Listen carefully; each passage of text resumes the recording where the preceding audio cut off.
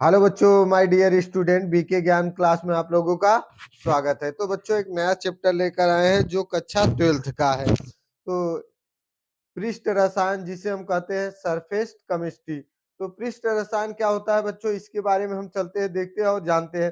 तो रसायन विज्ञान की वह शाखा या रसायन विज्ञान की वह शाखा जिसके अंतर्गत पृष्ठ अथवा अंतरा पृष्ठ पर होने वाले परिघटनाओं का अध्ययन करेंगे। ठीक है, उसी को हम लोग कहते हैं सरफेस केमिस्ट्री कहते हैं। तो बच्चों, पृष्ठ रसायन के अंतर्गत हम क्या क्या अध्ययन करेंगे? पृष्ठों का अत्यधिक शुद्ध होना अति आवश्यक होता है। ऐसे पृष्ठों को जिसकी सतहों की त्रिज्या 10 के पावर 8 से लेकर 10 के पावर 9 पास्कल फुट की हो। और बच्चों, क्या होते हैं? शुद्ध पृष्ठों को निर्वात में ही रखा जाता है, क्योंकि खुले वातावरण में रखने पर इनके पृष्ठों में जो पृष्ठों के वायुमंडल के अयु होते हैं, जैसे N2O, ठीक है आपका O2O आदि होते हैं, तो वह क्या करते हैं? इनके जो पृष्ठों के अयव होते हैं, तो बच्चों ये क्या होते हैं? और अंतरा पृष्ठ पर आधारित प्रक्रम क्या क्या होते हैं? अधिशोषण होते हैं, उत्प्रेरण उत्प्रेरण होते हैं और कोलाइडी का अध्ययन किया जाता है। तो बच्चों, इसमें क्या होते हैं? जैसे हम देखते हैं कि सरफेस किसे कहते हैं? सरफेस देखिए वो होता है, ठीक है, जैसे देखिए किन्हीं दो अमिश्रणीय पदार्थ, चाहे वह समान प्रस्ताव में हो या विभिन्न प्रस्ताव में हो, को पृथक करने के लिए सीमा या पृष्ठ की जरूरत पड़ती है, जिसे हम लोग क्या कहते हैं? अंतरा पृष्ठ कहते हैं। क्या कहते हैं? अंतरा पृष्ठ कहते हैं। तो बच्चों, हम चलते हैं, देखते हैं कि अंतरा पृष्ठ होता है क्या और इनमें क्या क्या अध्ययन करेंगे। जैसे संक्षारण, इलेक्ट्रोड प्रक्रम, विषमांगी उत्प्रेरण, विलयीकरण, क्लिस्टरीकरण अंतरा पृष्ठ पर संपन्न होती है ये। और इसके बाद इनमें हम क्या क्या अध्ययन करेंगे? अधिशोषण की क्रियाविधि, अधिशोषण की मात्रा, प्रभावित करने वाले कारक, अधिशोषण का अनुप्रयोग और उत्प्रेरण में उत्प्रेरक वर्धक एवं उत्प्रेरक विष, उत्प्रेरक का विलक्षण शोध और इसके बाद उत्प्रेरण का प्रकार, उत्प्रेरण के सिद्धांत और कोलाइडी में कोलाइडी की आधुनिक अवधारणाएं, कोलाइडो का निर्माण, कोलाइडो के और बच्चों इसमें क्या आपका कोलाइडो का स्कंदन या अवक्षेपण, ये हम अध्ययन करेंगे। तो बच्चों, हम चलते हैं, देखते हैं कि अधिशोषण क्या है, अधिशोषण किसे कहते हैं। तो अधिशोषण देखेंगे। देखिए, अधिशोषण क्या होता है? द्रव या ठोस की सतह पर पदार्थ का इकट्ठा होना। क्या होना? पदार्थ का इकट्ठा हो जाना। अगर वो उनके सतहों पर, कैसे? उनके सतहों पर इस प्रकार से, जब उनके सतहों पर बच्चों इकट्ठा हो जाते हैं, होते हैं, क्या हो जाते हैं? द्रव या ठोस की सतह पर, कैसा हो? लिक्विड हो या, ठीक है, ठोस की सतहों पर पदार्थ का इकट्ठा होना। क्या होना? इकट्ठा होना, हो जाना। अगर इकट्ठा होते हैं तो सांद्रता बढ़ जाती है। तो बच्चों, क्या करते हैं? अधिशोषण करते हैं। यह क्या करते हैं? द्रव और ठोस को क्या कर लेते हैं? अवशोषित कर लेते हैं और यहाँ पर आकर बैठ जाते हैं, इकट्ठा हो जाते हैं। तो इसकी सांद्रता भी बढ़ जाएगी और इसके बाद इसका अधिशोषण भी हो जाएगा, जिसे हम लोग क्या कहते हैं? अधिशोषण। क्या कहते हैं बच्चों? अधिशोषण कहते हैं। तो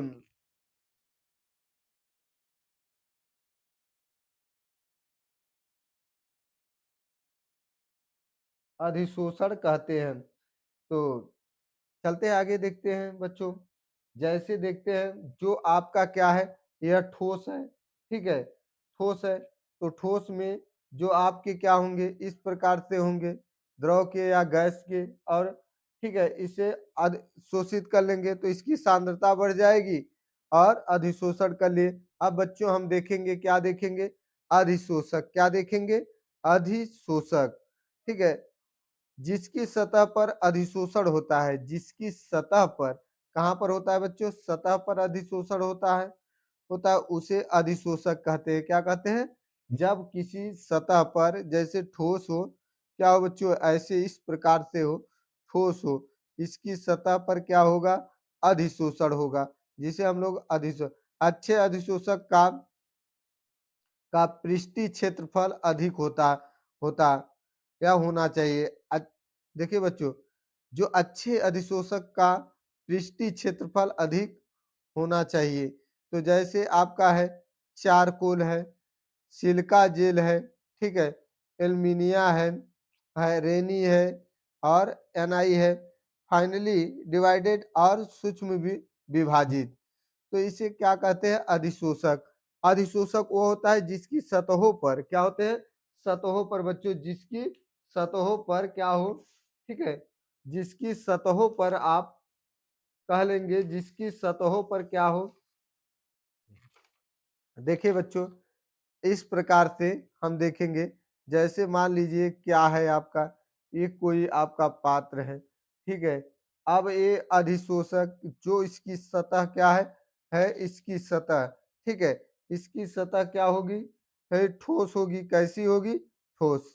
ठोस होगा तो ठोस होगा तो क्या होगा, एक अधिक अच्छा क्या होगा, शोषक होगा, जो इसकी सतहों पर इस प्रकार से क्या करेंगे बच्चों, इस प्रकार से इसकी सतहों पर आकर क्या करेंगे, बैठ जाएंगे। तो क्या कहलाएंगे, अधिशोषक कहलाएंगे।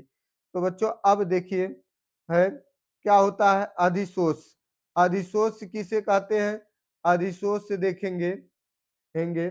अधिशोष क्या होते हैं बच्चों, जैसे देखिए, अगर मान लीजिए क्या होते हैं, जो एक गैस के अणु है, क्या है, एक गैस के अणु है, यह क्या हो रहे हैं, अधिशोषित गैस के अणु। तो यह क्या कहलाते हैं बच्चों, यही कहलाते हैं अधिशोष। क्या कहलाते हैं, अधिशोष। बहुत ही कम कम मात्रा पर क्या होते हैं, जिसके अणु अधिक अधिशोषक की पृष्ठ पर सांद्रित होते हैं। कहाँ होते हैं, अधिशोषक के पृष्ठ पर सांद्रित होते हैं, उसी को हम लोग क्या कहते हैं, अधिशोषक। क्या कहते हैं, अधिशोषक। तो बच्चों चलते हैं, देखते हैं देखिए, अधिशोषक जिसका अधिशोषण होता है, क्या होता है, जिसका अधिशोषण, जिसकी सतहों पर क्या होते हैं, इस प्रकार से जिसकी सतहों पर क्या होते हैं, इकट्ठा हो जाते हैं। तो बच्चों एग्जाम्पल में ले लेते हैं, जैसे एग्जाम्पल है आपका, मान लीजिए एग्जाम्पल है आपका, देख लीजिए, जैसे यह आपका SO2 गैस है, ठीक है, और आपका, ठीक है, चारकोल, यह क्या है, चारकोल है। तो जो गैस है बच्चों वह ज्यादा ही अधिशोषण होगा, ठीक है। और ये देखिए, जैसे यह क्या है, आपका गैस है, यह आपका चारकोल है। तो बच्चों देखिए यहाँ पर ध्यान दीजिए, अधिशोषण होगा तो क्या होगा, जो आपका यह चारकोल है, क्या है, चारकोल है, और यह आपके क्या है, गैस गैस है। इस प्रकार से अब क्या कर रहा है, चारकोल SO2 को क्या कर रहा है, अधिशोषण कर रहा है। क्या कर रहा है, अधिशोषण कर रहा है। यह है। तो बच्चों समझ में आया कि ये देखिए, ये आपका SO2 गैस है और ये चारकोल है। तो चारकोल तब सबसे ज्यादा जो अधिशोषण करेगा वह क्या होगा, P1 होगा। क्या होगा, P1। कौन करेगा, चारकोल करेगा, ठीक है। अब बच्चों देखिए आगे क्या है, जैसे अब देखिए अच्छे से समझिए, जैसे ये देखिए मेथाइलिन है, ठीक है, जो ब्लू की विलेन है, ठीक है, ब्लू की विलेन एनिमल, ठीक है, एनिमल है आपका उत्तक या चारकोल, एनिमल उत्तक, क्या है, उत्तक। और यह चारकोल जब इसमें क्या करेगा यह, ठीक है, इसको अधिशोषित करेगा तो यह रंगहीन हो जाएगा, कलरलेस हो जाएगा। क्या हो जाएगा, कलरलेस। यह क्या था, मेथिलीन है, यह ब्लू कैसा विलेन था, ब्लू, ठीक है, ब्लू का विलेन था। अब जब ये एनिमल उत्तक और चारकोल जब इसके तो ये क्या हो जाएगा, कलरलेस हो जाएगा बच्चों। तो ये हमारा क्या था। अब हम आगे चलते हैं और देखते हैं।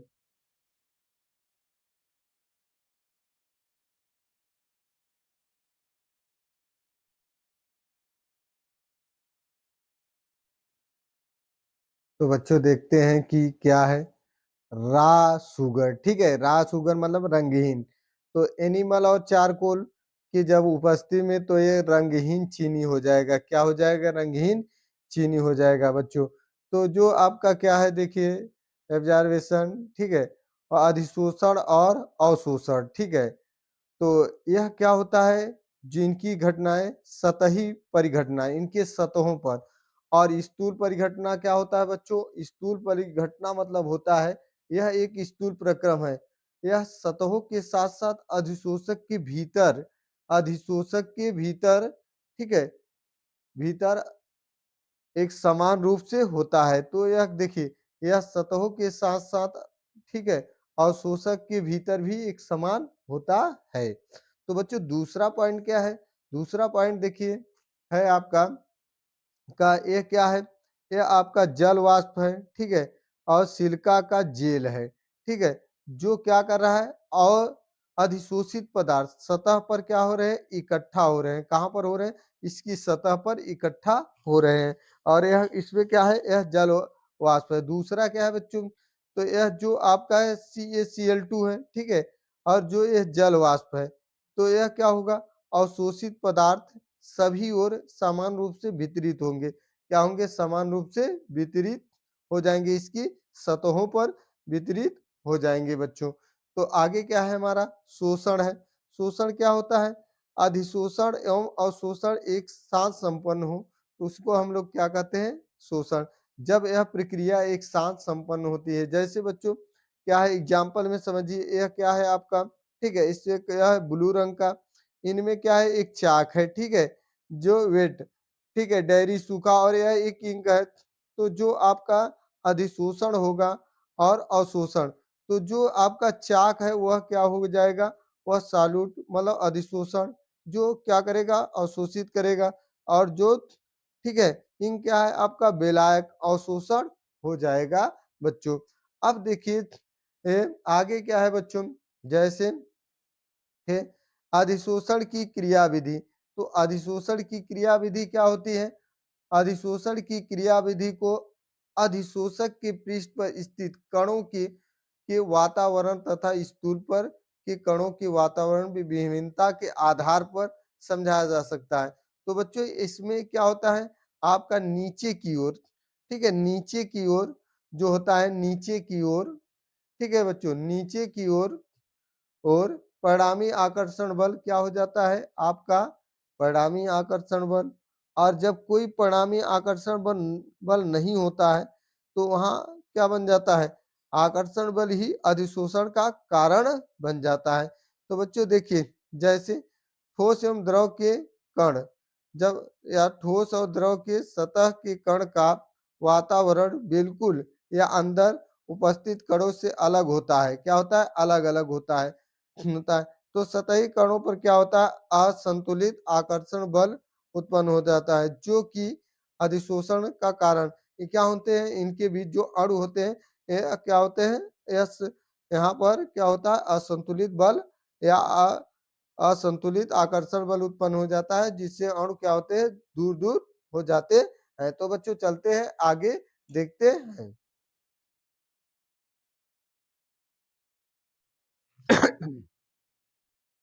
जिसके कारण, ठीक है, अधिशोषण की क्रिया अधिशोषक के पृष्ठ पर लगने वाले असंतुलित बल लगने वाले असंतुलित बलों के कारण संपन्न होती है। तो बच्चों देखिए, अधिशोषण के लिए आकर्षण बल जिम्मेदार है। अधिशोषण के लिए कौन जिम्मेदार है? आकर्षण बल। अतः अतः अधिशोषण ऊष्माक्षेपी प्रक्रम है। कैसा प्रक्रम है? ऊष्माक्षेपी प्रक्रम है बच्चों। तो ऊष्माक्षेपी मतलब होता है जहां पर क्या होता है? ऊष्मा बाहर निकलती है। क्या होती है? बाहर। और अवशोषित मतलब अंदर। तो यहाँ पर क्या होता है? जिसके कारण कहा जा रहा है कि आकर्षण बल जिम्मेदार है।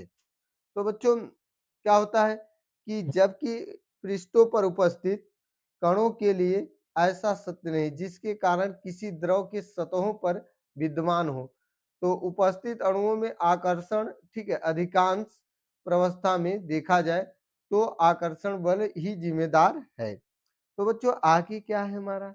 आगे हमारा है अधिशोषण की उष्मागत की, जिसे थर्मोडायनेमिक्स ऑफ, ठीक है, एब्जॉर्बेशन। तो अधिशोषण क्या होता है बच्चों? देखते हैं कि अधिशोषण एक ऊष्माक्षेपी प्रक्रम है। है, इसके लिए एंथैल्पी परिवर्तन का मान ऋणात्मक होता है। तो बच्चों अधिशोषण स्वतः प्रक्रम है, ठीक है, प्रक्रम है। अतः इस प्रक्रम के लिए नियत क्या होना चाहिए, नियत टेम्परेचर हो, ठीक है, एवं प्रेशर पर यह डेल्टा एच कैसा हो, ऋणात्मक हो। अगर यह ऋणात्मक होगा तो एक अच्छा क्या होगा, अधिशोषक होगा। क्या होगा, एक अच्छा अधिशोषक होगा। मान लीजिए बच्चों क्या है, गैस है, क्या है, गैस है। यह आपका क्या है, ठीक है, यह आपका ठीक है चारकोल हो, तो इसके अंदर तो यह देखिए विशोषण का कार्य करेगा। जब कैसा होगा, होगा उत्कमड़ी होगा। और यहाँ पर क्या हो रहा है, अधिशोषण। यहाँ इसकी सतहों पर क्या है, गैस है, ठीक है, क्या होगा, गैस। तो बच्चों क्या होगा, गैस होगा। और फिर करेंगे, अगर मान लीजिए इंट्राटॉफी अधिशोषण हित इंट्राटॉफी, ठीक है, परिवर्तन परिवर्तन आपका जो डेल्टा एस क्या होगा, डेल्टा एस अगर अधिशोषण कर रहा है तो ये भी क्या होगा, माइनस में, क्या होगा, माइनस में। तो हम कह सकते हैं बच्चों यह भी क्या होगा, माइनस में होगा। तो हम कह सकते हैं बच्चों जैसे क्या है आपका, ठीक है, डेल्टा जी बराबर delta H minus T delta S. तो यह क्या होगा, यह आपका ऋणात्मक होगा डेल्टा है, और यह क्या होगा, धनात्मक होगा। क्या होगा, धनात्मक होगा बच्चों। यह क्या होगा, यह आपका डेल्टा जी और डेल्टा एच जो आपका ऋणात्मक होगा, डेल्टा टी है, और डेल्टा एस यह क्या होगा, ऋणात्मक। तो बच्चों देखते हैं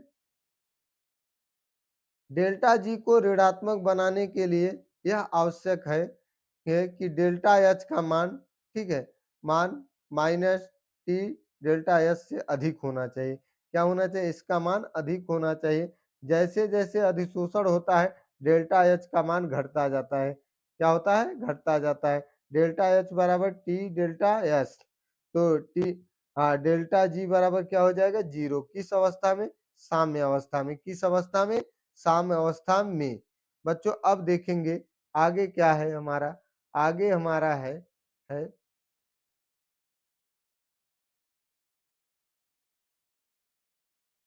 आगे हमारा है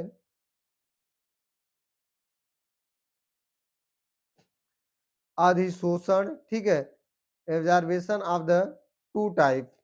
तो पहला क्या है, फिजिकल एब्जॉर्बेशन और केमिकल। तो फिजिकल वाले में हम देखेंगे बच्चों, फिजिकल वाले में हम देखते हैं कि पहला अधिशोषक एवं अधिशोष के मध्य दुर्बल, ठीक है, दुर्बल वंडरवाल बल होता है, ठीक है। और इनमें क्या होता है बच्चों, प्रबल आयनिक, ठीक है, स्ट्रॉन्ग केमिकल बॉन्ड बनता है, स्ट्रॉन्ग केमिकल बॉन्ड। यह क्या होता है, दूसरा यह विशिष्ट होता है, यह क्या होता है, अति विशिष्ट होता है, ठीक है। यह बच्चों उत्क्रमणी होता है, यह अनुत्क्रमणी होता है, ठीक। और डेल्टा एच अधिशोषक क्या होता है, ऋणात्मक होता है। इनमें क्या होता है, डेल्टा एस या डेल्टा, ठीक है, डेल्टा आपका एच क्या हो जाएगा, यह भी क्या हो जाएगा, ऋणात्मक, लेकिन यह क्या होगा, अधिक होगा, ठीक है बच्चों।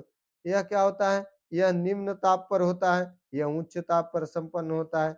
यह सक्रिय ऊर्जा, ठीक है, सक्रिय ऊर्जा नहीं होती है इनमें सक्रिय ऊर्जा की आवश्यकता होती है। एक्टिव एक्टिव एनर्जी की क्या होती है, आवश्यकता होती है। तो बच्चों देखिए नेक्स्ट अगला, आसानी से क्या होता है, आसानी से द्रवीकृत होने वाली गैस अधिक अवशोषित होती है। जो आसानी से द्रव में टूट जाती है वह क्या होती है, अधिक अवशोषित होती है। और देखिए बच्चों वे गैस जो रासायनिक अभिक्रिया करती है और अधिक अवशोषित होती है, क्या होती है, अधिक अवशोषित होती है। तो बच्चों क्या होता है, बहुआण्विक परतें जो बहुआण्विक परतें होती हैं, ठीक है। और यह एक आणविक क्या होती है, एक आणविक परतें होती हैं, ठीक है। यह आपकी मल्टी होती है, यह यूनी होती है। दाब बढ़ाने पर बढ़ता है और दाब बढ़ाने पर यह क्या होता है, ये भी बढ़ता है। देखिए दाब बढ़ाने पर बढ़ता है, दाब बढ़ाने पर बढ़ता है। तो बच्चों अब देखिए नेक्स्ट क्या है ठोस पर गैसों के अधिशोषण को प्रभावित करने वाले क्या होते हैं कारक कारक तो कौन कौन से कारक जो प्रभावित करते हैं तो पहला क्या है बच्चों गैसों की प्रकृति क्या होती है गैसों की प्रकृति तो पहला देखेंगे गैसों की प्रकृति तो गैसों की जिन गैसों को ठीक है जिनका क्रिटिकल टेम्परेचर कहाँ क्रिटिकल क्रांतिक ताप क्रिटिकल टेम्परेचर बढ़ता है अधिशोषण की मात्रा अधिक होती है क्या होती है अधिशोषण की मात्रा अधिक होती है तो बच्चों जैसे क्वेश्चन देखते हैं है क्वेश्चन है आपका CO2 या CH4S2 तो ये 330 केल्विन या 190 केल्विन या 33 केल्विन तो बच्चों इनमें देखेंगे अंतरा आणविक ठीक है अंतरा आणविक आकर्षण बल घट रहा है क्या हो रहा है घट रहा है इनके बीच तो ये बच्चों क्या है TC है ठीक है टी और इनके अधिशोषण की मात्रा भी घट रही है अधिशोषण की मात्रा भी घट रही है दूसरा है अधिशोषक की प्रकृति तो अधिशोषक की प्रकृति कैसी होती है तो अधिशोषक की जो प्रकृति होती है आसानी से द्रवीकृत होने वाली गैस जो आसानी से द्रवीकृत carbon dioxide H2O CO2 NH3 NO2 और आपका चारकोल के द्वारा अधिशोषित हो जाती हैं क्या होती हैं अधिशोषित तो बच्चों जो H2N2O2 जो सूक्ष्म विभाजित होती हैं क्या होती हैं सूक्ष्म विभाजित होती हैं तो कौन कौन से निकिल और प्लेटिनियम जो क्या होते हैं कम ठीक है कम सूक्ष्म विभाजित होती हैं और बच्चों क्या होता है नेक्स्ट अगला क्या है अगला हमारा है सरफेस एरिया तो सरफेस एरिया में क्या होता है जैसे जैसे क्षेत्रफल या पृष्ठ क्षेत्रफल बढ़ेगा अधिशोषण भी बढ़ जाएगा रहेगा और नेक्स्ट क्या है ताप फिर गैस फिर आपका ठोस तो इन तीनों को गैस और ठोस तो इनमें अधिशोषण क्या होगा अधिशोषण की ठोस और गैस तो इनमें क्या होगा डेल्टा एच कैसा होगा ऋणात्मक होगा तो यहाँ पर क्या होगा टेम्परेचर बढ़ेगा और अधिशोषण आपका घट जाएगा अधिशोषण आपका घट जाएगा क्योंकि उसका पृष्ठीय क्षेत्रफल बढ़ जाएगा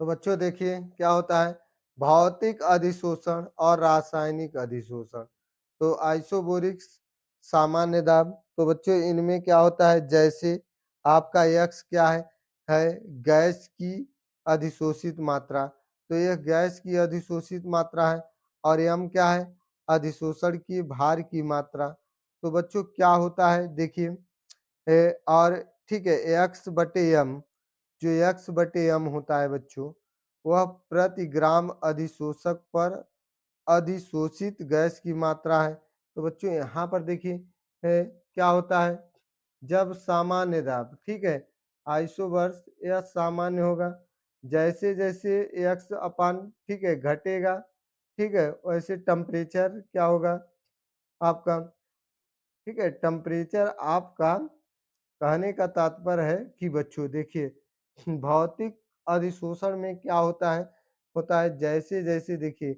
आपका इस प्रकार से घटेगा और समान दाब होगा एक्स बटे एम तो आपका टेम्परेचर भी क्या हो जाएगा घट जाएगा वैसे जैसे जैसे इसकी एक्स अपान बढ़ेगा फिर एक ऐसा ठीक है ऐसी अवस्था पर जाकर वो पुनः घट जाएगा तो यह जो एक्स बटे एम है वह क्या है बच्चों प्रति ग्राम अधिशोषक पर अधिशोषित गैस की मात्रा है और ठीक है तो जो आपका क्या है गैस की अधिशोषित मात्रा तो जो उसकी पृष्ठ है किस प्रकार से अवशोषित करेगी और कब उसका देखिए रासायनिक अधिशोषण में क्या होगा होगा एक बार वह क्या होगा ठीक है एक बार वो बढ़ेगा फिर वह क्या होगा वह घट जाएगा क्या हो जाएगा घट जाएगा बच्चों तो देखेंगे जैसे आगे आगे हमारा क्या है इफेक्ट ऑफ ठीक है प्रेशर ठीक है तथ्य क्या है देखिए एक्स अपान एम ठीक है आइसोथर्म उष्मा आइसोथर्म ठीक है अब देखिए यह क्या है संतृप्त दाब है PS और यह P तो बच्चों क्या हो रहा है यहाँ पर देखिए जैसे जैसे P बढ़ रहा है ठीक है और वैसे-वैसे एक्स बटे एम भी बढ़ जाएगा। तो बच्चों अब देखिए, यहाँ पर देखिए अधिशोषण के कारण T1, T2, T3 तो सबसे ज़्यादा अधिशोषक कौन? T1, T3 फिर T2 फिर T1 जो अधिक क्या होगा? अधिशोषक की मात्रा होगा। अब बच्चों यहाँ देखिए हमने जो यहाँ देखिए P क्या है? बढ़ रहा है तो एक्स अपान एम भी बढ़ जाएगा, ठीक है? तो एक्स अपान एम भी बढ़ जाएगा। तो बच्चों अगला क्या है? नेक्स्ट देखेंगे। नेक्स्ट है, ठीक है, हेनरिच आइसोथर्म थर्म। तो आइसोथर्म है, तो बच्चों इसमें एक्स अपान एम समानुपाती पी, तो एक्स समानुपाती P by 1 x upon P समानुपाती हो। तो बच्चों यहाँ पर जो है क्या वाष्प दाब, ठीक है, विलय का वाष्प। जैसे जैसे देखिए आपका एक्स अपान एम के पी अपान एक्स तो 1/x और 0 तो यहाँ के और एन नेतांक गैस की प्रकृत अधिशोषक ताप है। क्या है? अधिशोषक ताप है।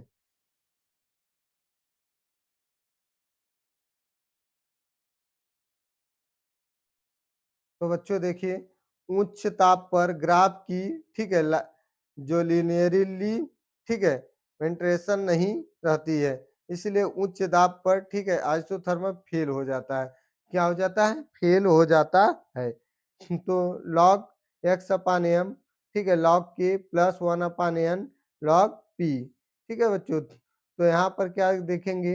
1 ग्राम एक्स अपान एम, ठीक है, इस तो 1/x तो यहाँ पर देखिए आपका ए हो गया, ठीक है, 1 GP हो गया। तो ये बच्चों क्या था? आपका देखिए कहने का मतलब है कि उच्च ताप पर ग्राफ की जो लाइनरी वेंटेशन नहीं रहती है, उच्च दाब पर आइसोथर्मल फेल हो गया। तो बच्चों अब देखिए, ठीक है लॉन्गी, ठीक है, आपका अगला है देखिए लॉन्गी म्यूअर आइसोथर्म्स। यह देखिए क्या होता है? यह गैस के, ठीक है, गैस के अणुगत सिद्धांत पर आधारित है।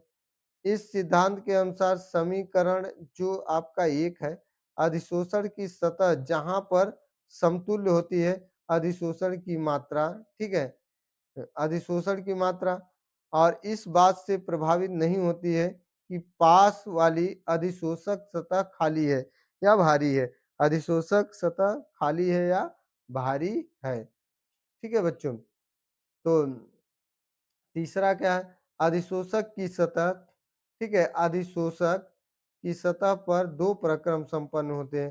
पहला क्या होता है? गैस के अणुओं के सतह पर अधिशोषण और गैस के अणुओं पर के सतह पर विशोषण। क्या होता है? विशोषण होता है। जैसे विशोषण मतलब होता है बच्चों कम और अधिशोषण मतलब होता है अधिक अवशोषित हो रहा है उसके सतहों पर। तो बच्चों कुछ समय, ठीक है, समय बाद इन दोनों के मध्य एक गतिक साम स्थापित हो जाता है जिसे हम कहते हैं अधिशोषण की दर बराबर विशोषण की दर। अधिशोषण की दर बराबर विशोषण की दर। तो हम कह सकते हैं बच्चों यहाँ पर देखिए क्या x upon m a p plus b p, ठीक है, तो ए बी क्या है? कांस्टेंट है, तो पी क्या है? लो, ठीक है, लो, तो पी बीपी बराबर लेस देन 1, ठीक है, एक्स अपान ए पी, ठीक है, एक्स अपान समानुपाती पी। तो पी क्या है बच्चों? हाई। तो आपका यहाँ बीपी ग्रेटर देन क्या हो जाएगा? इसके विशोषण के लिए ग्रेटर देन 1 तो एक्स अपान ए अपान बी तो एक्स अपान क्या हो जाएगा? कांस्टेंट। तो एक्स अपान समानुपाती पी जीरो हो जाएगा बच्चों। क्या हो जाएगा? P zero. तो देखिए p zero x upon m constant and x upon m p zero हो जाएगा बच्चों। एक्स अपान एम बराबर ए बटे ए और इसके लिए ए हो जाएगा। तो बच्चों देखिए यहाँ पर एम बटे एक्स बराबर 1/, a p plus b a तो एम बराबर एक्स बराबर b a plus 1/, a p. तो टेम्परेचर, ठीक है, उच्च होने पर, ठीक है, जो आपका, ठीक है, एन ई आई जी मान लेंगे। क्या मान लेंगे? NiEig मान लेंगे। तो ए बी क्या है? कांस्टेंट है। क्या है? कांस्टेंट है, ठीक है।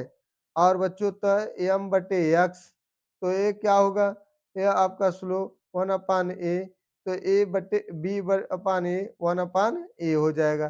तो इसमें क्या हो जाएगा, ए बढ़ जाएगा बच्चों, तो यह क्या हो जाएगा आपका ए हो जाएगा।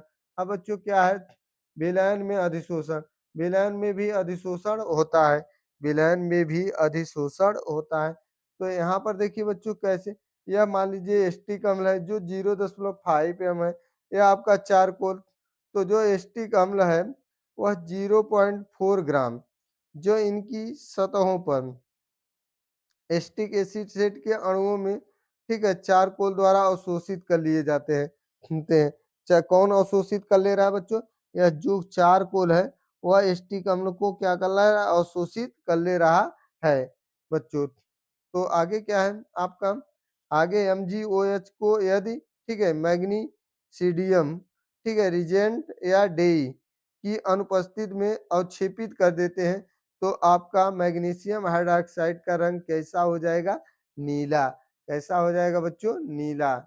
तो एक बार MgOH के ट्वाइस यदि, हाँ ठीक है, मैग्नीशियम, ठीक है, मैग्नीशियम रिजेंट, ठीक है, डे सूखा की अनुपस्थिति में अगर अवक्षेपित हो तो मैग्नीशियम ऑक्साइड का रंग कैसा हो जाएगा, नीला हो जाएगा। तो बच्चों x/m Kc 1/n, तो n ग्रेटर देन 1 और c क्या है, शाम की सांद्रता है बच्चों।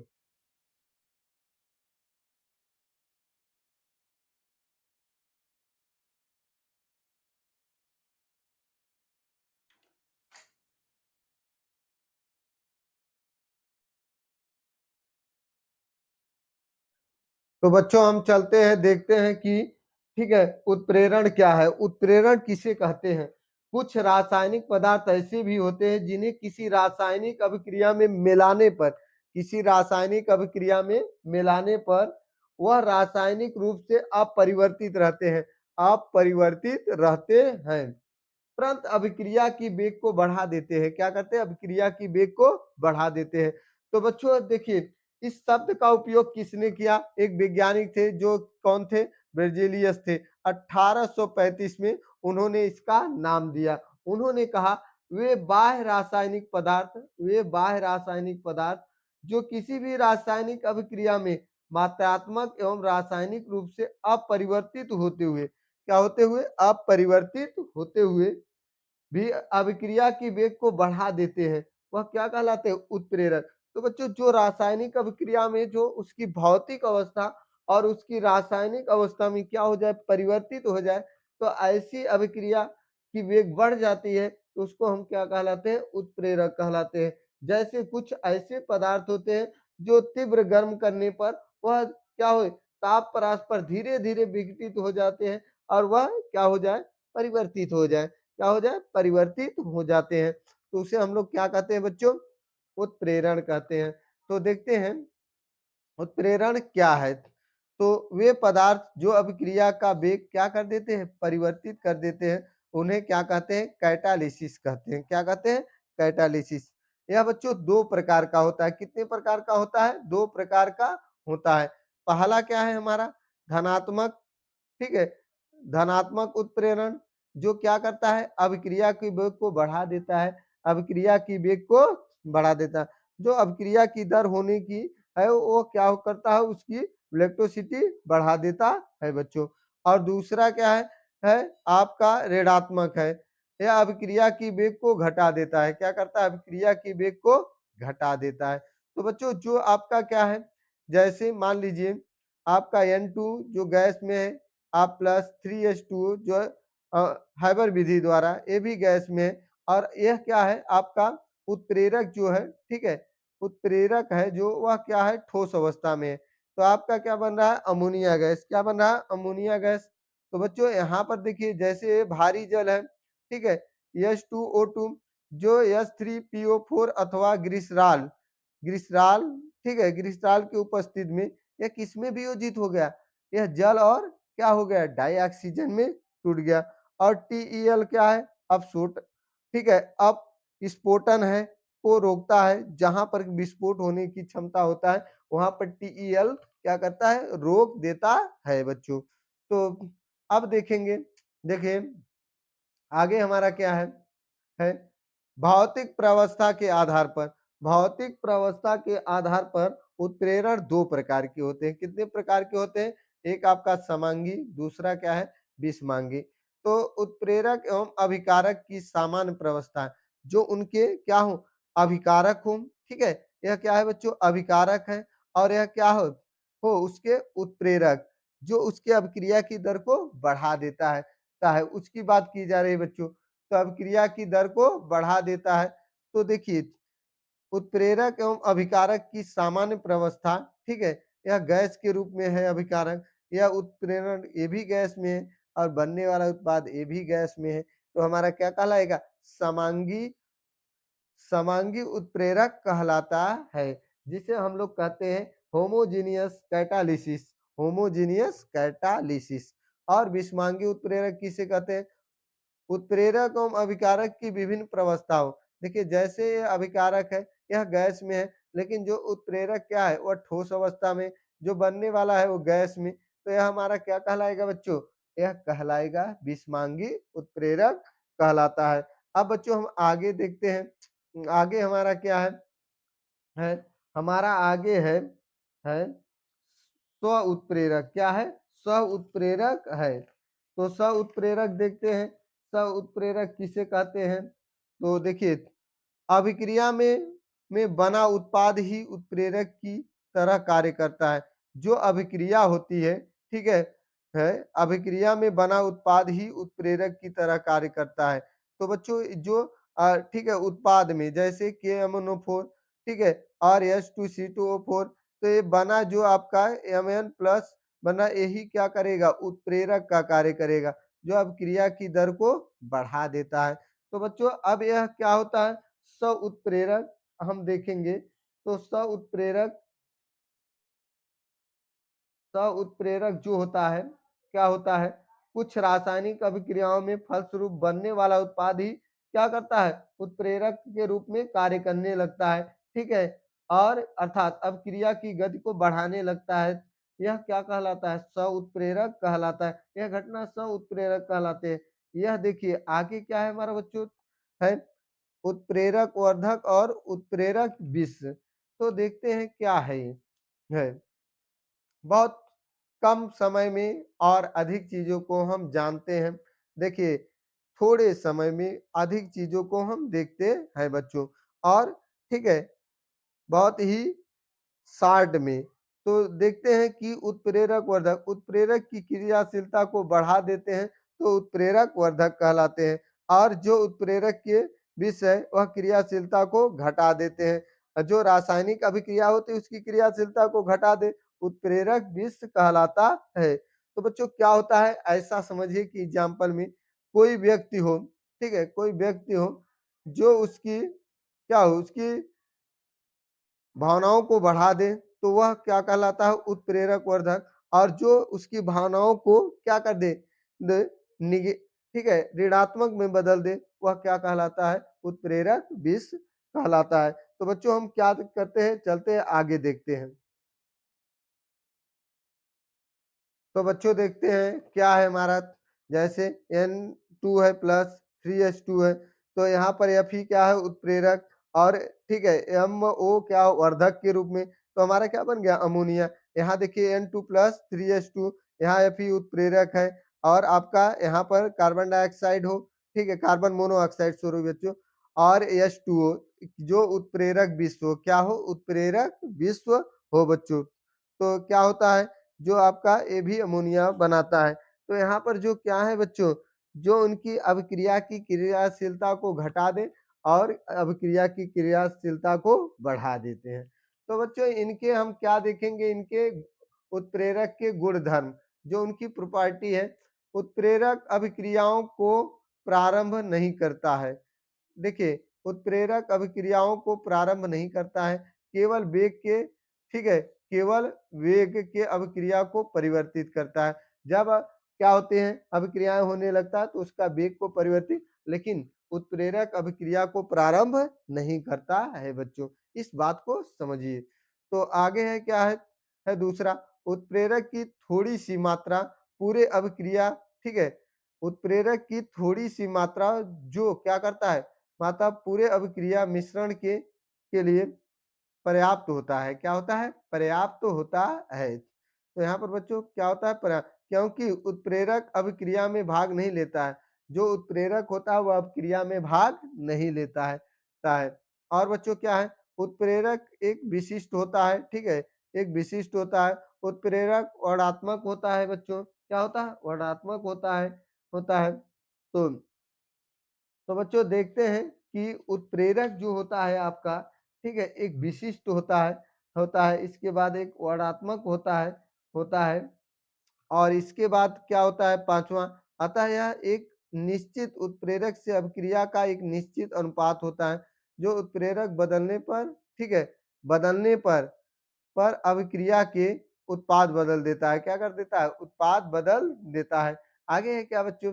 है नेक्स्ट है, अगला है उत्प्रेरक साम्य, ठीक है, साम्यावस्था स्थिरांक पर delta S delta G entropy को परिवर्तित नहीं करता है, ठीक है। जो डेल्टा एस होता है बच्चों उससे पहले देख चुके, डेल्टा जी होता है, ठीक है, गिबेज जो ऊर्जा होती है और एंट्रॉपी उसको क्या करता है? परिवर्तित नहीं करता है, परिवर्तित नहीं करता है। और बच्चों क्या है नेक्स्ट है उत्प्रेरक की, ठीक है, उत्प्रेरक की सक्रियता एक निश्चित ताप पर अधिक होती है। इससे अधिक ताप होने पर उत्प्रेरक की सक्रियता क्या होती है? सक्रियता एक्टिविटी घट जाती है, ठीक है, सक्रियता घट जाती है। बच्चों आगे क्या है हमारा? आगे हमारा क्या है विषमांगी उत्प्रेरण का ठीक है अधिशोषण सिद्धांत। विषमांगी उत्प्रेरण का अधिशोषण सिद्धांत। तो देखते हैं बच्चों विषमांगी अधिशोषण का क्या सिद्धांत है। देखिए बच्चों इसमें समझिए कि उत्प्रेरण की क्रियाविधि को स्पष्ट करने के लिए विभिन्न सिद्धांत का प्रतिपादन किया। एक था माध्यमिक यौगिक सिद्धांत। माध्यमिक यौगिक सिद्धांत था बच्चों। तो माध्यमिक यौगिक सिद्धांत क्या था, ठीक है। तो माध्यमिक यौगिक सिद्धांत हम देखेंगे या अधिशोषण सिद्धांत, ठीक है। तो बच्चों इसमें क्या था आप देखिए कुछ इस सिद्धांत का प्रतिपादन सर्वप्रथम केलीमेंट तथा डेसोवेस ने सन 1806 में किया था। इस सिद्धांत का मुख्यतः समांगी उत्प्रेरण की क्रिया की व्याख्या करता है। किसकी का व्याख्या करता है? समांगी। तो बच्चों जो एक वैज्ञानिक थे, कौन वैज्ञानिक थे केलीमेंट, नोट करिए केलीमेंट और ठीक है और दूसरे वैज्ञानिक थे, ठीक है, उनका नाम था डिसो डिसोमर्स, ठीक है, डिसोमर्स जो 1800 कितने ईस्वी में? 1806 में, 1806 में। अब इस सिद्धांत के अनुसार अभिकारक जो होता है, समझिए अभिकारक जो क्या होता है? अभिकारक, ठीक है, अभिकारक उत्प्रेरक के साथ सहयोग करके माध्यमिक यौगिक बनाता है। क्या करता है? माध्यमिक यौगिक बनाता है, ठीक है। और जो माध्यमिक यौगिक अभिक्रिया में उपस्थित अन्य अभिकारक से क्रिया करके उत्पाद और उत्प्रेरक में विघटित हो जाते हैं। तो बच्चों हम चलते हैं देखते हैं क्या है अधिशोषक की सतह पर, ठीक है, अभिकारक अणुओं का विशिरण। अभिकारक अणुओं का विशिरण कैसे उनकी सतह, ये क्या है बच्चों? यह एक सॉलिड है और यह क्या है? एक अधिशोषक है। क्या है? अधिशोषक जो उनकी सतहों पर वह अणु आकर बैठ जा रहे हैं। तो देखिए अधिशोषक की सतहों पर अभिकारक अणुओं का विशिरण क्या होता है? विशिरण। विशिरण क्या होता है बच्चों? आप लोग जानते हैं विशिरण किसे कहते हैं? जिसकी सांद्रता क्या हो? अधिक हो। तो बच्चों क्या होता है देखिए ये इनमें क्या होता है मुक्त संयोजकता या युक्त उत्प्रेरक पृष्ठ होता है, ठीक है, उत्प्रेरक पृष्ठ होता है। तो बच्चों दूसरा क्या है? दूसरा है अधिशोषक की सतह पर ए और बी पास पास अधिशोषित होते हैं। ए और बी क्या होते हैं? पास पास अधिशोषित होते हैं, जिसे हम क्या कहते हैं? अधिशोषण। क्या कहते हैं बच्चों? अधिशोषण कहते हैं। तो बच्चों फिलहाल हम आगे चलते हैं देखते हैं कि यह क्या था।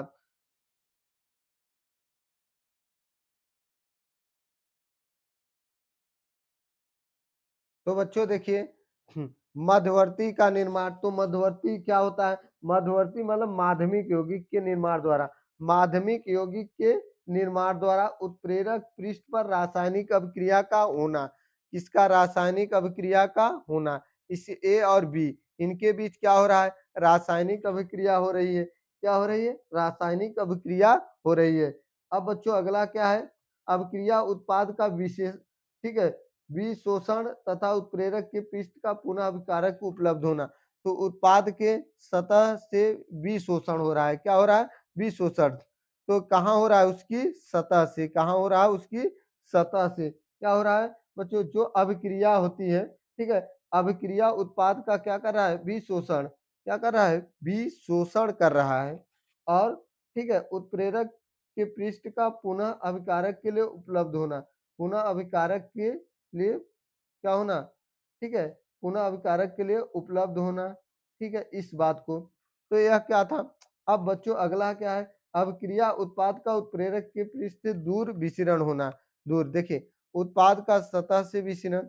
अब ये बच्चे नए अभिकारक के लिए उपलब्ध है। नए अभिकारक के लिए उपलब्ध है। तो बच्चों इसमें देखेंगे कि नए अभिकारक के लिए जो उत्पाद का सतह से विकिरण हो रहा है, जो उसके, ठीक है, जो ए और ए नए अभिकारक बनेंगे, उसके सतह से हट जाएंगे, उसके पृष्ठ से क्या हो जाएंगे? विचरित हो जाएंगे। और जब वो विचरित हो जाएंगे तो क्या होंगे? अब देखिए, अभिकारक की जो अभिकारिक अणुओं का अवशोषण हो रहा है, वह क्या हो रहा है? अब देखिए, उत्प्रेरक और उत्पाद इनका क्या होगा? अणुओं का विशोषण होगा। विशोषण होने के बाद क्या? मध्यवर्ती होगी। मध्यवर्ती के बाद क्या होगा? आपका उत्पाद बनेगा और उत्प्रेरक। तो इस प्रक्रिया में क्या हो रहा है? उत्पाद अणुओं का विशोषण हो रहा है। क्या हो रहा है? विशोषण हो रहा है बच्चों। आकार एवं वर्णात्मक उत्प्रेरण, शेप, ठीक है, सिलेक्टिव द कैटालिसिस। तो बच्चों जैसे देखिए आपका है जो यहाँ पर है, देखिए,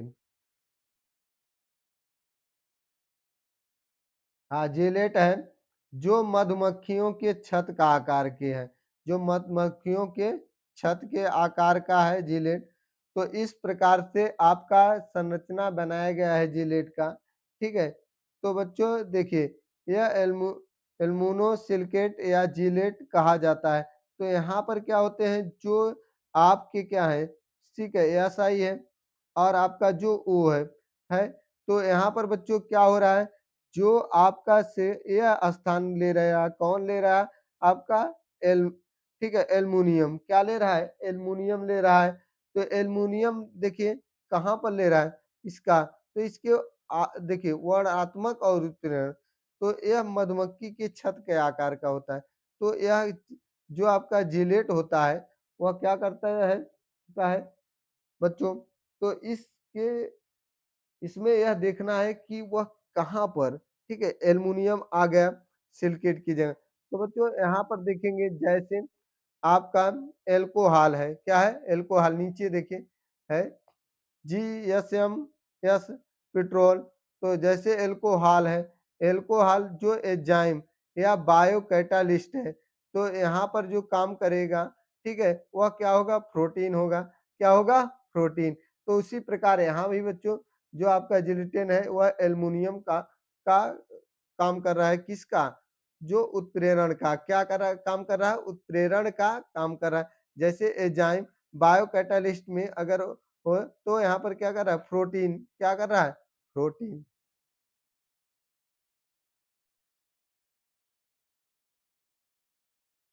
तो बच्चों देखिए ये क्या हो? दक्षता। जब दक्षता बढ़ेगी तो विशिष्टता। तो ई का मतलब होता है बच्चों एंजाइम। क्या होता है? एंजाइम। और यस का अर्थ होता है अभिकारक। क्या होता है? अभिकारक।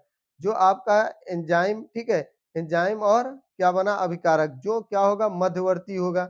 और मध्यवर्ती ये क्या बनाएंगे? E plus P. तो ई प्लस पी जो आपका उत्पाद है, क्या है? पी क्या है? सक्रिय संकुलन का उत्पाद है। सक्रिय संकुलन का उत्पाद है। लिखेंगे सक्रिय संकुलन का उत्पाद है बच्चों। क्या है? उत्पाद है। ठीक है, तो इसमें क्या होता है कि जो एंजाइम का अभिकारक के साथ जुड़कर सक्रिय संकुलन बनाना। क्या होता है? सक्रिय संकुलन बनाना। तो संकुलन का अर्थ क्या होता है बच्चों?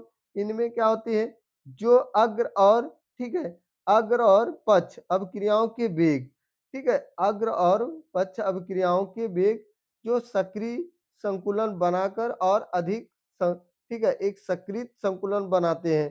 तो जैसे क्या होता है? ताला और चाबी, इसे ताला और चाबी भी कहा जाता है। कहा गया है कि ताला कुंजी मॉडल भी कहा जाता है। तो इसे बच्चों क्या कहा जाता है? ताला, ठीक है? ताला और कुंजी मॉडल, ठीक है? मॉडल कहा जाता है। तो बच्चों इसमें क्या होता है? जैसे आपका क्या हो, ठीक है? जो आपका एंजाइम उत्प्रेरक है वह क्या है? चाबी है। और जो सक्रिय केंद्र है वह आपका क्या है? ताला है। क्या है? ताला है। तो उसी को हम लोग क्या कहते हैं? ताला कुंजी मॉडल कहते हैं बच्चों। तो बच्चों अब हम आगे देखते हैं, है नया। तो क्या है? कोलाइड। क्या है? कोलाइड, जिसे हम कहते हैं COLIDE, कोलाइड। तो कोलाइड क्या होता है? सन, ठीक है, 1861 में थॉमसन कौन थे? वैज्ञानिक लिखेंगे। Thomas Graham, Thomas Graham, Thomas Graham थे जो 1861 में, ठीक है, 1861 में, कितने में? 1861 में चर्म पत्र, ठीक है, चर्म पत्र, ठीक है, जिसे कहते हैं पार्चमेंट पेपर या जंतु झिल्ली के द्वारा विभिन्न पदार्थों के विसरण का अध्ययन किया और प्राप्त निष्कर्ष से उन्होंने पदार्थ को दो वर्गों में विभाजित किया। पहला क्या था? पहला उन्होंने कहा यह क्या है? क्रिस्टल, ठीक है, क्रिस्टलाभ। और दूसरा है जिसे हम कहते हैं क्रिस्टोलॉयड, ठीक है। दूसरा उन्होंने कहा कोलाइड। क्या कहा? कोलाइड। तो क्रिस्टलाभ क्या होते हैं? वे पदार्थ जिनका जली विलयन चर्म पत्र या जंतु झिल्ली द्वारा शीघ्रता से एक दूसरे से में मिल जाए, उसे हम लोग कहते हैं क्रिस्टलाभ। जैसे यूरिया, शर्करा, ग्लूकोज आदि, ठीक है। इसे और कोलाइड क्या था? कोलाइड वे पदार्थ जिनका जली विलयन चर्म पत्र या जंतु झिल्ली से विसरित नहीं होता है या बहुत ही कम मात्रा में विसरित होता है, जिसे हम लोग क्या कहते हैं? कोलाइड कहलाता है। जैसे बच्चों इन पदार्थों की अवस्था गोंद के समान होने के कारण इन्हें कोलाइडी नाम दिया गया। क्या दिया गया? कोलाइडी नाम। ये कैसा था? गोंद की तरह था। कैसा था? गोंद की तरह था, इसलिए इनको क्या नाम दिया गया? कोलाइडी। तो बच्चों हम देखते हैं कोलाइड किसे कहते हैं? तो कहते हैं, तो बच्चों क्या होता है? देखिए हम लिखेंगे यहाँ पर कि वे पदार्थ, ठीक है, वे पदार्थ जिनका जली विलयन, ठीक है, जली विलयन, विलयन, ठीक है, कैसा हो? चर्म पत्र द्वारा, चर्म पत्र द्वारा, ठीक है बच्चों, तो विसरित ना हो, विसरित, विसरित ना हो, ठीक है। तो उसे हम लोग क्या कहते हैं? कहते हैं कोलाइड। क्या कहते हैं? कोलाइड कहते हैं बच्चों। तो देखिए अब देखिए आपका कणों का आकार, जैसे विलयन है, विलयन में कणों का आकार कैसा होगा? 10⁻⁹ मीटर। कोलाइड होगा तो 1 nm, तो 1000 nm हो जाएगा। या देखिए इसका विलयन तो 10⁻⁹ मीटर, इसको फिर इसका कोलाइड का क्या होगा? 10⁻⁶ मीटर। और इसका आकार क्या होगा? इसका आकार निलंबन, जो निलंबन है वह इसका आकार इतने से भी क्या होता है? अधिक होता है, 10⁻⁶ मीटर से अधिक होता है। तो बच्चों आगे क्या है हमारा? आगे है कणों के समूहन या कणों को तोड़कर से।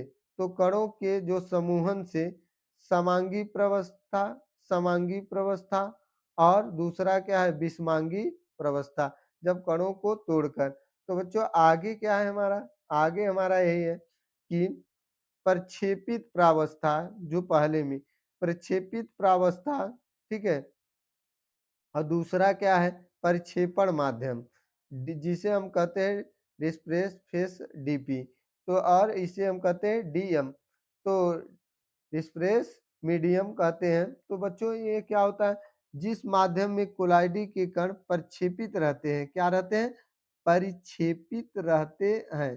तो प्रक्षेपित किसे कहते हैं बच्चों, ये जानते हैं।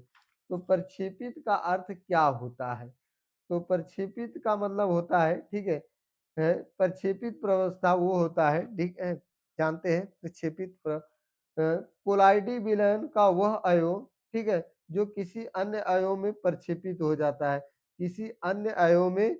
देखिए इसको क्या कहते हैं, जो प्रक्षेपित प्रवस्था होता है, कोलाइडी विलयन का वह अयों जो किसी अन्य अयों में क्या हो जाए, प्रक्षेपित हो जाए। और प्रक्षेपण माध्यम माध्यम वह माध्यम या पदार्थ जिसमें प्रक्षेपित प्रवस्था या प्रक्षिप्त या वितरित रहती है, प्रक्षेपण माध्यम कहलाता है ठीक है बच्चों।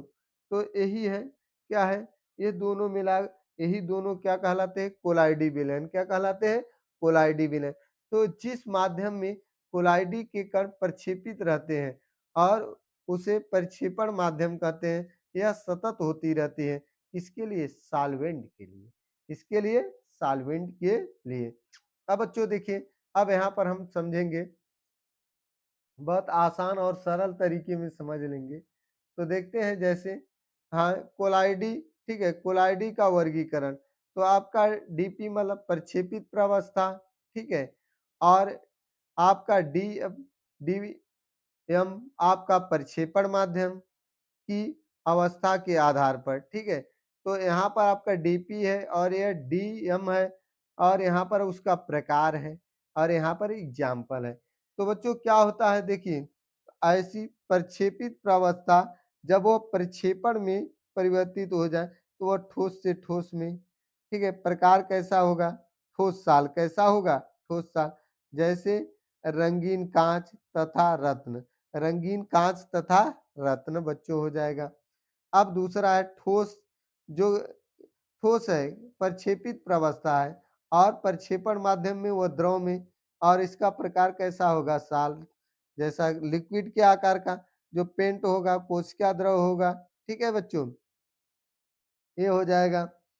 अब बच्चों क्या होता है दूसरा, तीसरा है ठोस, जो गैस में, गैस किस में बदल जाता है, एरोसाल में, एरोसाल क्या होता है, धुआं या धूल, क्या होता है, धुआं या धूल होता है, ठीक है बच्चों। और चौथा क्या है, जब द्रव किस में बदल जाता है, द्रव प्रक्षेपित प्रावस्था से प्रक्षेपण माध्यम में चेंज हो जाए तो वह किस में बदल जाएगा, जेल में, ठीक है, जैसे पनीर, मक्खन, जेली, ठीक है। अगर बच्चों पांचवा है, यह देखिए प्रक्षेपित प्रावस्था द्रव, ठीक है, द्रव में, द्रव में जो क्या हो प्रक्षेपण माध्यम में भी वैसा ही दिखाई दे, तो कैसा होता है, जैसे प्यास, दूध, हेयर क्रीम, ये सब होते हैं। और बच्चों सिक्स, द्रव गैस, द्रव का गैस में, तो द्रव एरोसाल होता है, जैसे कोहरा, धुआं, बादल आदि। और बच्चों क्या सातवां देखिए, सातवां हमारा क्या है, सातवां हमारा है बच्चों, जैसे गैस ठोस में और ठोस साल में, साल क्या होता है, साल ये जब आपका गैस ठोस में, ठोस साल में, तो यह फ्यूमिक स्टोन में किस में बदल जाता है, फ्यूनिक स्टोन में, और गैस द्रव में, और जब झाग दे प्रकार में तो यह साबुन और झाग वाली क्रीम हो जाएगा बच्चों। तो आगे भी देखते हैं बच्चों। तो बच्चों देखिए, बंधुता के आधार पर या कह सकते हैं प्रक्षेपित प्रावस्था या प्रक्षेपण के माध्यम से अन्योन क्रिया की प्रकृति पर।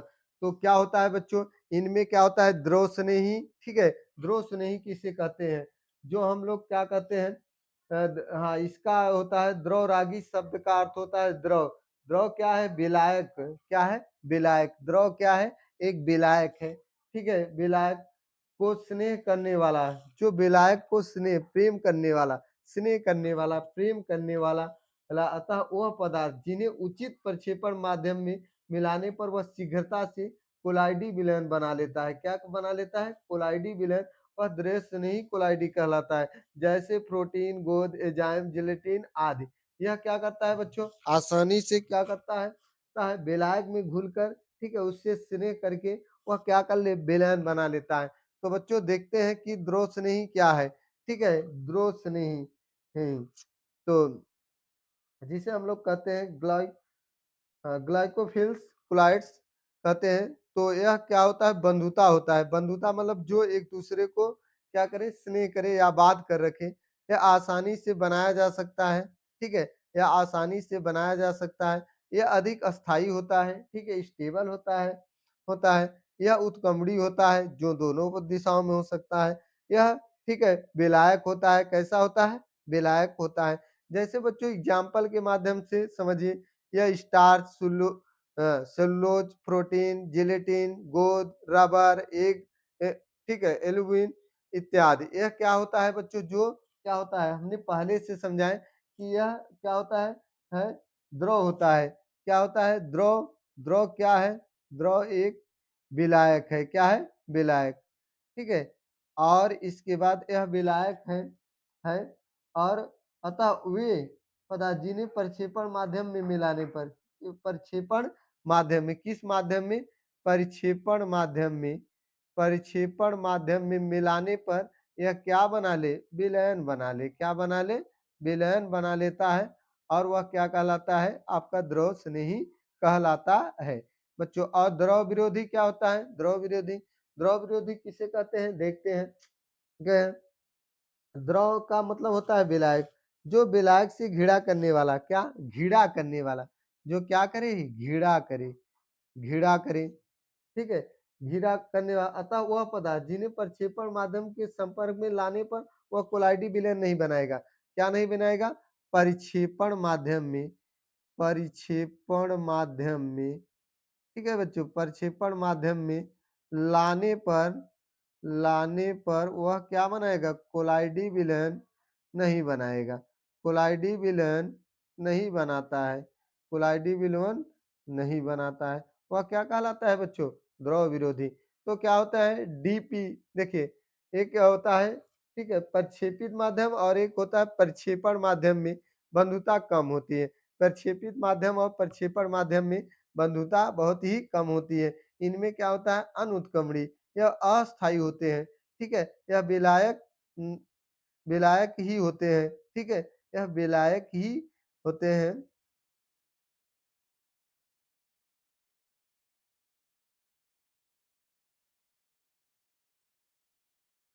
और बच्चों इन्हें आसानी से नहीं बनाया जा सकता है। इन्हें आसानी से बनाया नहीं जा सकता है। जैसे बच्चों क्या है? आपका गोल्ड साल है, सिल्वर साल है, ठीक है, गोल्ड साल है, सिल्वर साल है, आपका एफई है, आयरन साल है, और क्या है? ये बच्चों AS2SO3।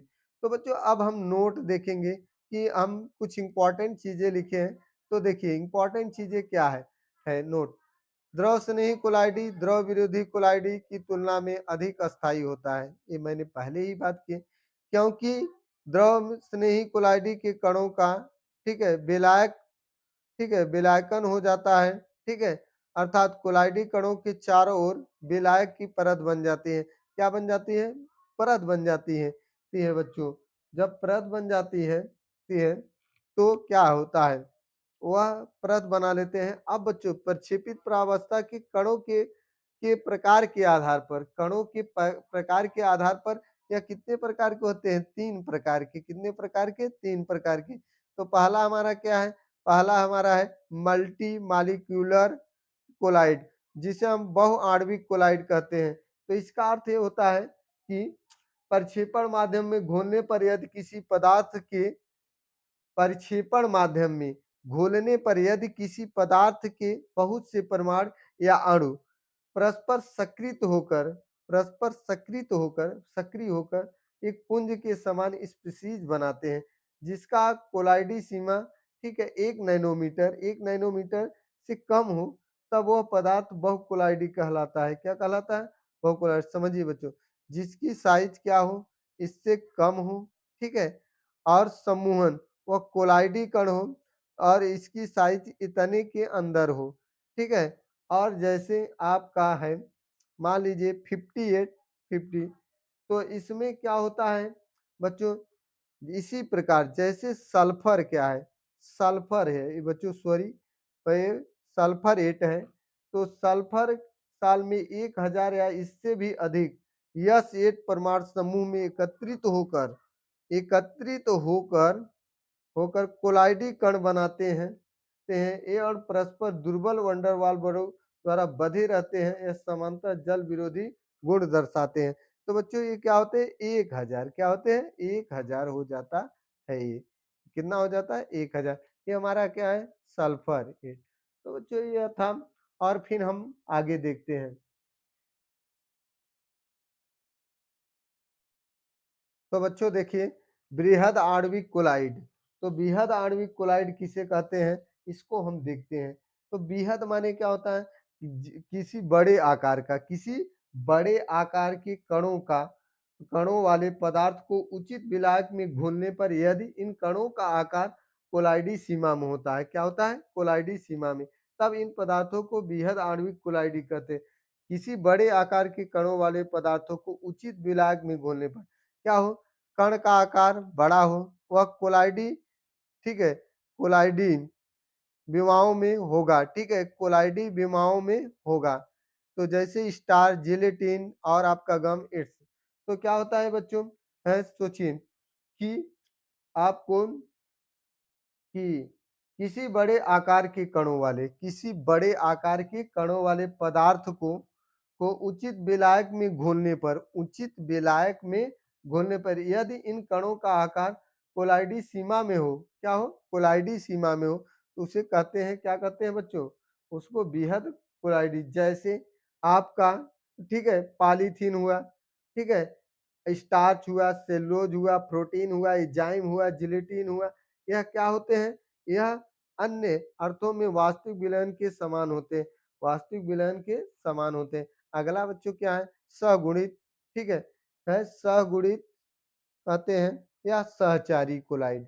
सहचारी कोलाइड, तो यह क्या होते हैं, कुछ पदार्थ ऐसे भी होते हैं जो कम सांद्रता पर सामान्य विद्युत अपघट्य की भांति व्यवहार करते हैं, परंतु उच्च सांद्रता के कणों पर कोलाइडी कणों के बनने के कारण कोलाइडी के समान व्यवहार करते हैं। ऐसे पदार्थों को सहचारी या इसे मिसेल कहते हैं, क्या कहते हैं, मिसेल। तो बच्चों इसमें क्या होता है, देखिए जैसे सॉप और डिटर्जेंट बनाते हैं, क्या बनाते हैं, सॉप और डिटर्जेंट। तो इसमें सॉप, ठीक है, सॉप और डिटर्जेंट जो होता है वह क्या होता है, वह, ठीक है, तेल, जल विरोधी क्या मिलाया जाता है, तेल, आयल, ठीक है, और सिरे पर जल्स नहीं, उसके सिरे पर क्या होता है, जल्स नहीं होता है। तो बच्चों इसको हम समझते हैं, जैसे पृष्ठ सक्रिय अभिकर्मक, जैसे साबुन, संश्लेषित अ, संश्लेषित अपमार्जक आदि। तो इसमें क्या होता है, जो मिसेल का निर्माण एक निश्चित ताप से अधिक ताप पर होता है। तो बच्चों मिसेल निर्माण सांद्रता एक निश्चित सांद्रता से अधिक होती है। तो बच्चों इनमें क्या होता है, क्रिटिकल होता है, जिसे हम लोग कहते हैं या दूसरा है जैसे कांस्टेंट सॉफ्ट, ठीक है कांस्टेंट सॉफ्ट साबुन। तो बच्चों इसमें जो आपका सीएमसी है, तो मिसेल सांद्रण, क्या कहते हैं, मिसेल सांद्रण कहते हैं, मिसेल मिसेल सांद्रण, क्या कहते हैं, मिसेल सांद्रण होता है। तो बच्चों इसमें क्या होता है, मिसेल सांद्रण, तो यह क्या होता है, जैसे देखिए इनमें हम देखते हैं कि इनका निर्माण, इनमें क्या होता है, जैसे ट्रू सॉल्यूशन होता है, ठीक है, और इसमें क्या होता है, सॉप और सीएमसी होता है। तो बच्चों ये क्या होता है, देखिए इनके कैसे इनकी सतहों पर, और ये आपका मिसेल है, जो इनके, ठीक है, जो इनके जो पार्टिकल्स दिखाई रहे हैं वो किस पर आ जा रहे हैं, मिसेल पर, किस पर आ जा रहे हैं, मिसेल पर। तो ठीक है, तो इसके ध्रुवण के साबुन के लिए सीमेंस का मान होता है 10 के घाते -4, 10 के घाते माइनस इतना लीटर होता है। तो इसके क्या होते हैं बच्चों, इसके जो ठीक है? इसके सतहों पर आ जाते हैं और वह कोलाइडी हो जाते हैं। क्या हो जाते हैं? कोलाइडी। तो बच्चों हम देखते हैं कि सीएमसी क्या है? क्रिटिकल, ठीक है? जिसे हम लोग कहते हैं क्रिटिकल, ठीक है? Critical micelle. तो क्रिटिकल मिसेल होता है क्या? जिसे हम क्रांतिक मिसेल सांद्रता कहते हैं। क्रांतिक, ठीक है? क्रांतिक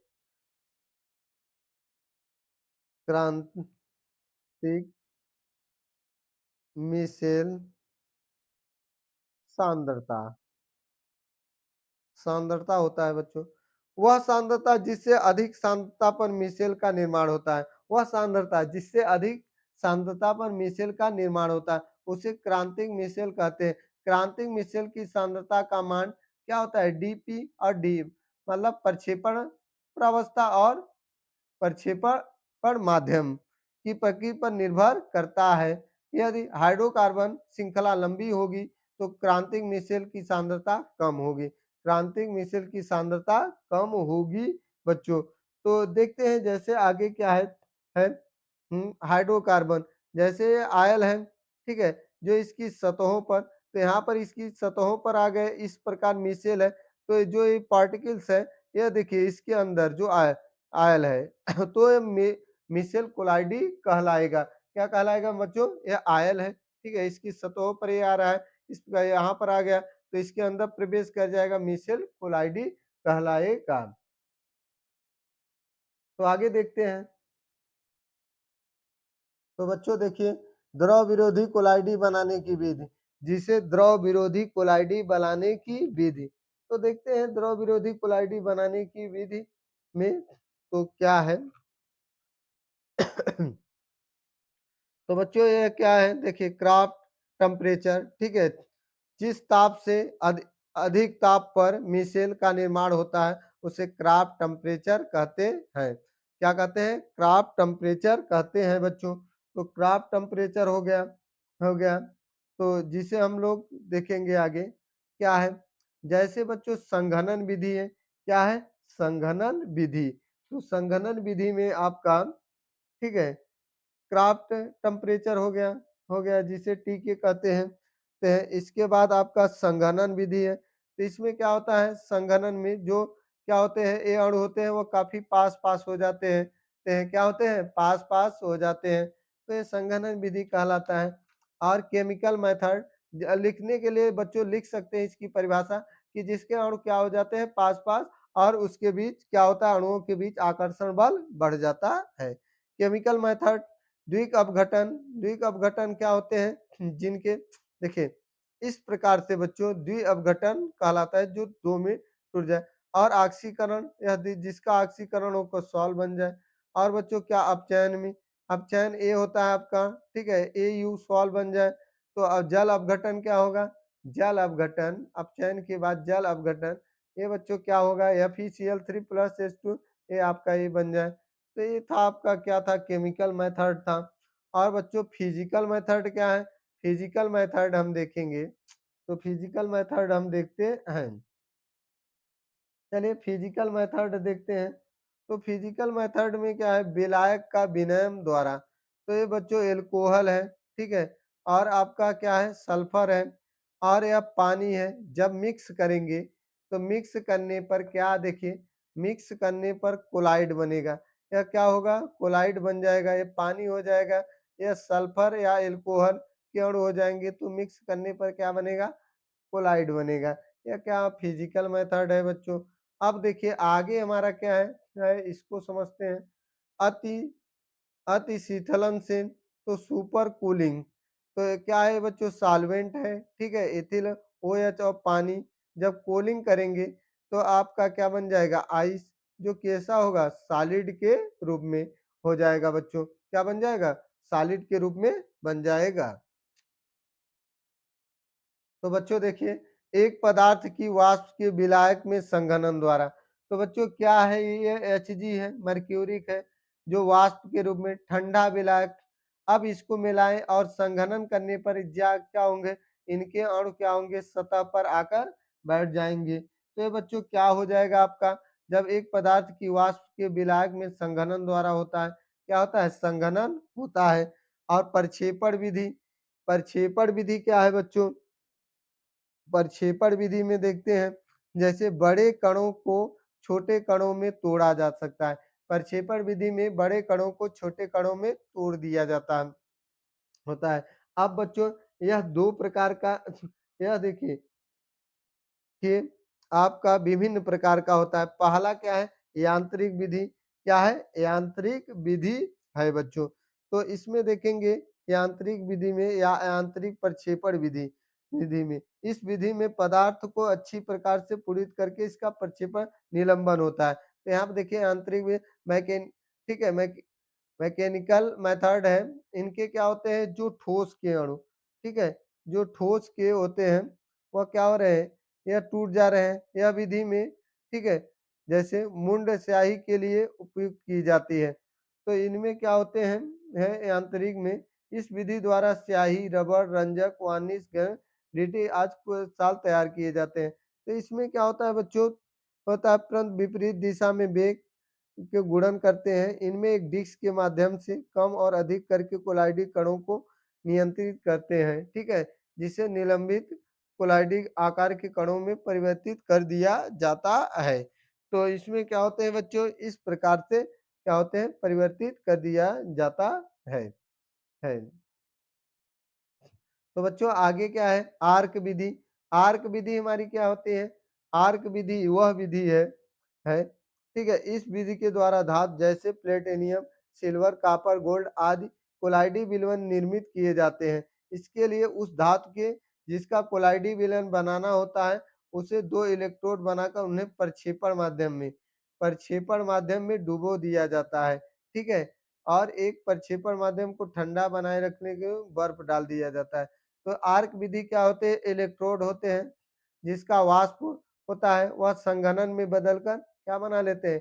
कोलाइड। क्या बना लेते हैं? कोलाइड। तो बच्चों ये क्या था आपका? आर्क विधि है। क्या है? आर्क विधि। और एक होता है प्रासंगिक तरंगे। तो इसमें क्या होते हैं? जो होते हैं तेल, द्रव, मरकरी इत्यादि होते हैं बच्चों। अब हमारा अगला क्या है? पेप्टीकरण। तो पेप्टीकरण क्या होता है? जैसे देखिए पेप्टीकरण किसे कहते हैं? ताजा बने अवक्षेप को कोलाइड में बदलना पेप्टीकरण कहलाता है। तो किसी ताजा बने अवक्षेप में सम आयन युक्त मतलब विद्युत अपघट्य मिलाकर इसे कोलाइडी साल में परिवर्तित करने की प्रक्रम को ठीक है इस विद्युत अपघट्य को पेप्टीकरण कहा जाता है। तो बच्चों इसमें क्या होता है? एक हम ताजा अवक्षेप लेते हैं। ताजा अवक्षेप जैसे मान लीजिए ताजा अवक्षेप FeCl है तो वह किसमें टूट जाए? वह वियोजित हो जाए किसमें? कोलाइडिसल में। एक धनात्मक और एक ऋणात्मक में टूट जाए। तो बच्चों जैसे अवक्षेप में उपयुक्त पेप्टीकरण मिलाकर पेप्टीकरण किया जाता है। जैसे इस प्रकार से इसका पेप्टीकरण किया जा रहा है। देखिए FeCl3 और H2O तो FeOH का थ्राइस जो क्या होता है? रेडिएशन ब्राउन बन जा रहा है। किस रूप में? कण के रूप में। क्या किस रूप में? कण के रूप में। तो बच्चों इसमें क्या होता है देखते हैं जैसे मान लीजिए इनमें क्या होता है? पेप्टीकरण क्रिया में अवक्षेप जो विद्युत अपघट्य मतलब धनात्मक ऋणात्मक एनोड और कैथोड एक प्रकार के आयनों को अपनी सतह पर अवशोषित करके धनावेशित या ऋण आवेशित हो जाते हैं जिसके जिसके कारण अवक्षेप कोलाइडी आकार के कणों में वियोजित हो जाता है। इस क्रिया को कणों के आकार को कम कर देता है। इसको यह स्कंदन और छिपड़ की इनमें क्या होता है? इसको तोड़ देता है। तोड़ने के पश्चात इनमें क्या होता है? इनके कणों में कण छोटे-छोटे हो जाते हैं जो स्कंदन ठीक है? स्कंदन की विपरीत क्रिया करते हैं। तो यह आपका क्या था? पेप्टीकरण। तो बच्चों हम आगे देखते हैं क्या है? तो आगे बच्चों देखिए FeOH थ्राइस जिसका किसका पेप्टी कारक है? ये पेप्टी कारक हो रहा है। यह देखिए इसके क्या हो रहा है? प्लस प्लस प्लस सब Fe तो इसके देखिए 1 प्लस 3 प्लस A प्लस तो यह क्या हो रहा है? कोलाइडी कण क्या हो रहा है? कोलाइडी ठीक है FeOH का कोलाइडी कण है। क्या है? FeOH का कोलाइडी कण है। तो बच्चों आगे हमारा क्या है? आगे देखिए कि अगला कोलाइडी साल का शुद्धिकरण तो क्या है? अपकेंद्रीकरण अपकेंद्रीकरण क्या होता है? होता है कोलाइडी का नियंत्रण टेढ़ी-मेढ़ी गति करते हैं। जब कोई सॉल्यूशन हो, उसमें जो पार्टिकल्स होते हैं प्योर सॉल्यूशन, वह कैसा सॉल्वेंट वह टेढ़ी-मेढ़ी गति करें। कैसा गति करें? टेढ़ी-मेढ़ी गति करते हैं तथा अनियमित गति के कारण ये नीचे नहीं बैठते हैं। नीचे नहीं बैठते हैं तो उसे हम लोग क्या कहते हैं बच्चों? ये नीचे नहीं बैठते हैं तो उसे हम लोग अपकेंद्रीकरण या अपकेंद्रण कहते हैं। क्या कहते हैं? अपकेंद्रीकरण या अपकेंद्रण कहते हैं बच्चों। तो आगे क्या है? आगे देखते हैं। जिसे देखिए इनके गुण धर्म जैसे बिस्मांगी, क्या होते हैं? बिस्मांगी। बिस्मांगी में आपका पहला क्या है? बच्चों जिसे हम लोग क्या कहते हैं? बिस्मांगी अणुसंख गुणधर्म। कोलाइडी कण समानतः संगुणित अणु के रूप में होते हैं। किसी निश्चित द्रव्यमान के लिए कोलाइडी कणों की संख्या वास्तविक विलयन के कणों की अपेक्षा बहुत ही कम होती है। तो बच्चों क्या होते हैं? इसलिए अणु की संख्या कम होगी, ठीक है? और बहुलकों के ठीक है, आणविक द्रव्यमानों के लिए निर्धारण के लिए किया जाता है। किसके? बहुलकों के लिए किया जाता है। अगला क्या है बच्चों तुम्हारा? अगला हमारा है टिंडल प्रभाव, ठीक है? टिंडल प्रभाव यह द्रव विरोधी कोलाइडी टिंडल प्रभाव होता है। द्रव विरोधी कोलाइडी ही टिंडल प्रभाव कहलाता है, जिनके आकाश तथा समुद्री जल का नीला रंग, आकाश तथा समुद्री जल का नीला रंग सिनेमा हॉल में एक प्रक्षेपण में डाला गया, ठीक है आपका प्रकाश और पुंछेल तारे की दृश्यता, अंधेरे कमरे में धूल के कणों का दिखना, द्रव विरोधी देखिए द्रव विरोधी कोलाइडी में प्रक्षेपित माध्यम में अपवर्तनांक ज्यादा होना, यही है। और विद्युत गुण में निकाय उदासीन होते हैं बच्चों। तो अब देखिए कोलाइडी कणों का आवेश, तो कोलाइडी कणों का आवेश चलते हैं देखते हैं।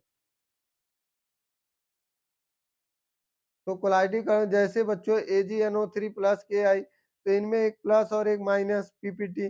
तो बच्चों AgNO अधिक से इसके देखिए क्या है? यह क्या है? पॉजिटिव है, यह धनात्मक में, और यह क्या है? ऋणात्मक में है बच्चों। तो बच्चों यह पूरे चैप्टर का वो एक शॉर्ट में वीडियो है। तो बच्चों मेहनत करिए और नोट्स बनाइए और अच्छे नंबर ले आइए बोर्ड में और ठीक है, और भी तैयारी करिए। और बच्चों चैनल को सब्सक्राइब करिए और वीडियो को शेयर भी करिए।